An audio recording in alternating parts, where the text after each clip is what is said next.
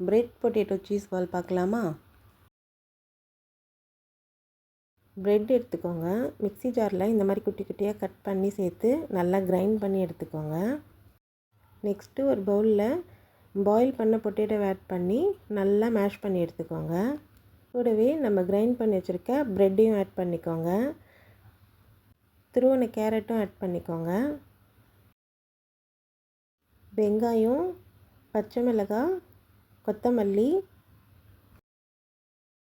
மஞ்சள் தூள், மிளகாய்த்தூள், சோம்புத்தூள், இஞ்சி பூண்டு பேஸ்ட்டு எல்லாமே ஆட் பண்ணி நல்லா மிக்ஸ் பண்ணி விட்டுருங்க.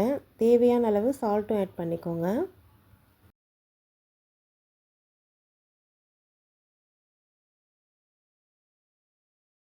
எல்லாமே நல்லா மிக்ஸ் பண்ணிவிட்டு சீஸ் வச்சு பால் ஷேப்புக்கு செஞ்சு எடுத்து வச்சுக்கோங்க.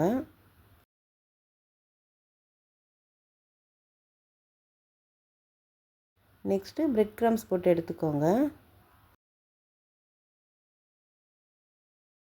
பேனில் ஆயில் ஹீட் ஆனதுக்கப்புறம் நம்ம ரெடி பண்ணி வச்சுருக்க சீஸ் பால் ஆட் பண்ணி நல்லா ஃப்ரை பண்ணி எடுத்துக்கோங்க.